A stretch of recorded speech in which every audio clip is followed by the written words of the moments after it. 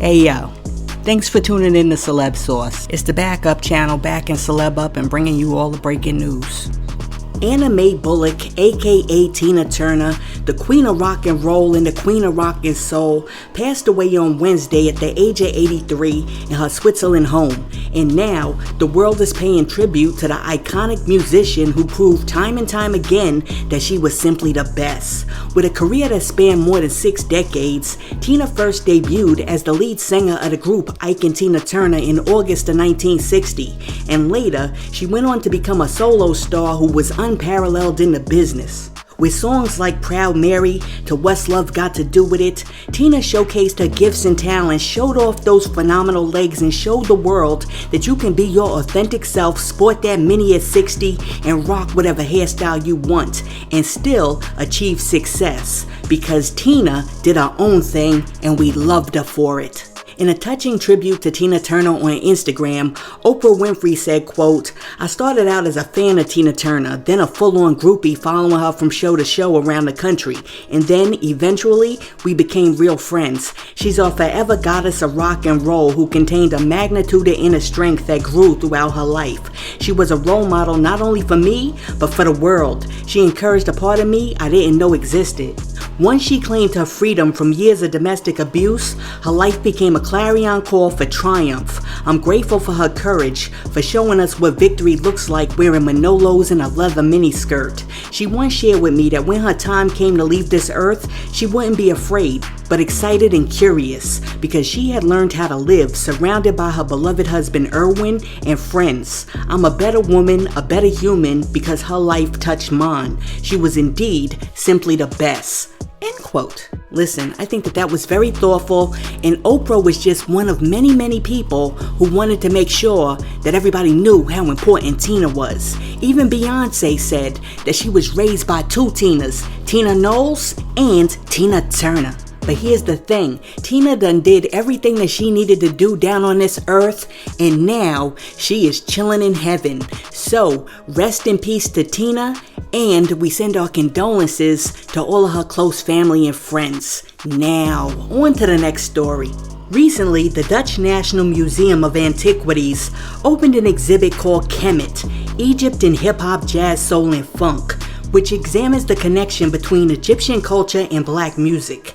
And one of the exhibits on display is a statue created by David Cortez called I Am Hip Hop, which was inspired by Nas's famous album cover I Am, where he appears as King Tut. Following the exhibit's opening, an Egyptian antiquities expert blasted the museum, claiming that it made a grave mistake by insulting Egyptian civilization by portraying Tutankhamun as black. Look, I don't know how many different ways I can say this. The first Egyptians were black. Black, black, black, black, black.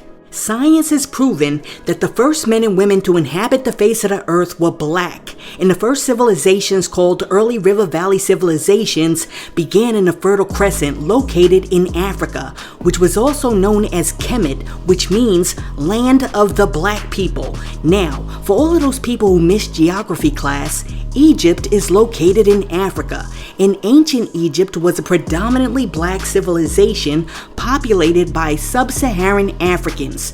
Therefore, the early pharaohs were of a darker hue, aka black, and Europeans were nowhere to be found until later in the Egyptian timeline, which is why the Egyptians who had every paint color that we have today at their disposal depicted themselves as black. And if that was not enough, recent DNA analysis of the Egyptian pharaoh Tutankhamun and his family by DNA Tribes recently found that the closest living relatives to the mummies are sub-Saharan Africans, particularly those from southern Africa in the Great Lakes region. Look, when the Europeans went in to invade Egypt, one of the first things that they did was destroy the statues. And if you notice, they cut off the noses and they destroyed the features because they didn't want us to have a connection to our black African past. But despite their best efforts to conceal the truth, DNA is now revealing the truth. And that is that the original Egyptians were black. And I got a little secret that I have to share with white people. So listen closely, my white friends. You were not in Egypt when black people were building the pyramids of Giza, the Sphinx, the Karnak, the Colossi, Memnon, the Abu Simbel temples, the Luxor temple, the Pyramid of Doja, the Valley of Kings, or the obelisks. Listen, let me know what you think about some people getting offended by the I Am King Tut statue that was inspired by Nas because it depicts King Tut as black. Let me know what you think in the comments. And while you're down there leaving a comment, be sure to like and subscribe to the channel. Now, check it out. In the premiere of The Kardashians, which aired the other night on Hulu, Kim Kardashian responded to Kanye West's repeated accusations of her having an affair with Drake throughout their marriage. When reflecting on her turbulent relationship with Ye, Kim said, quote, "He was the one that started a rumor that said I was hooking up with Drake, having an affair. Our full marriage, he accused me of that publicly. So the person that's supposed to protect me the most, publicly, would accuse me of having an affair throughout our whole marriage? I can't really wrap my head around how he thinks he's a protector." End quote. Listen, I think that what Kim is saying right here is very interesting because in my opinion, there's a difference between a man who's a provider and a man who's a protector. And what a wife really needs is both. So if you got like one or the other, you might be missing something in the marriage. Now, you guys out there might disagree with me on this, but watching their marriage, Ye struck me more as a provider than a protector because I don't think that like with his mental issues, he was really able to protect his family the way that he wanted to. But with that being said, I don't think that Kim Kardashian did a great job at like covering her man either.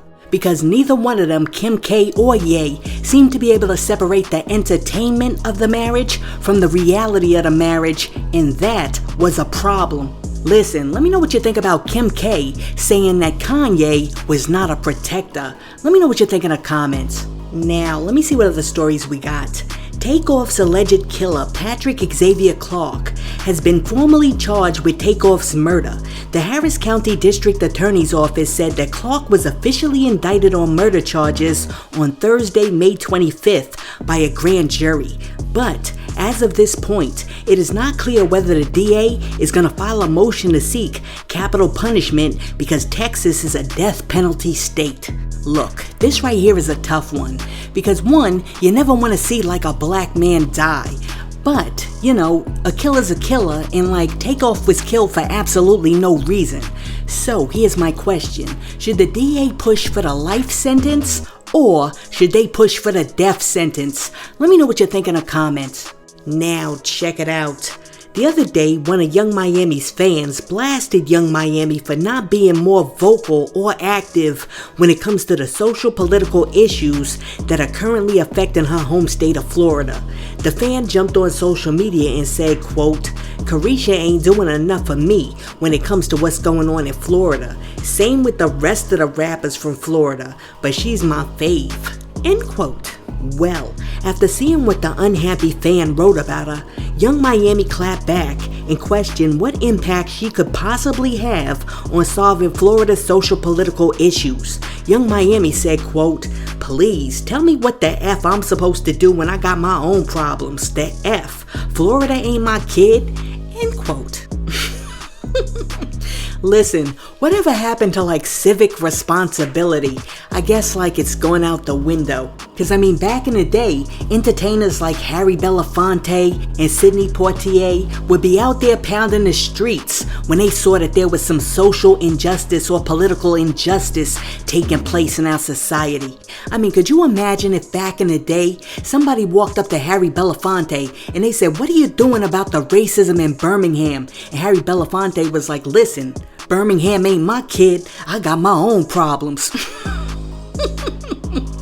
That would be crazy. But yo, Do you guys think that rappers like Young Miami have a social responsibility and obligation to jump into the political arena and use their power, social influence, and clout to advocate for positive systematic changes in society, especially when they have large platforms that reach millions and millions of viewers on a daily? Let me know what you think about that. And hey yo, thanks for tuning in to Celeb Source, your source for celebrity news. Be sure to like and subscribe to the channel.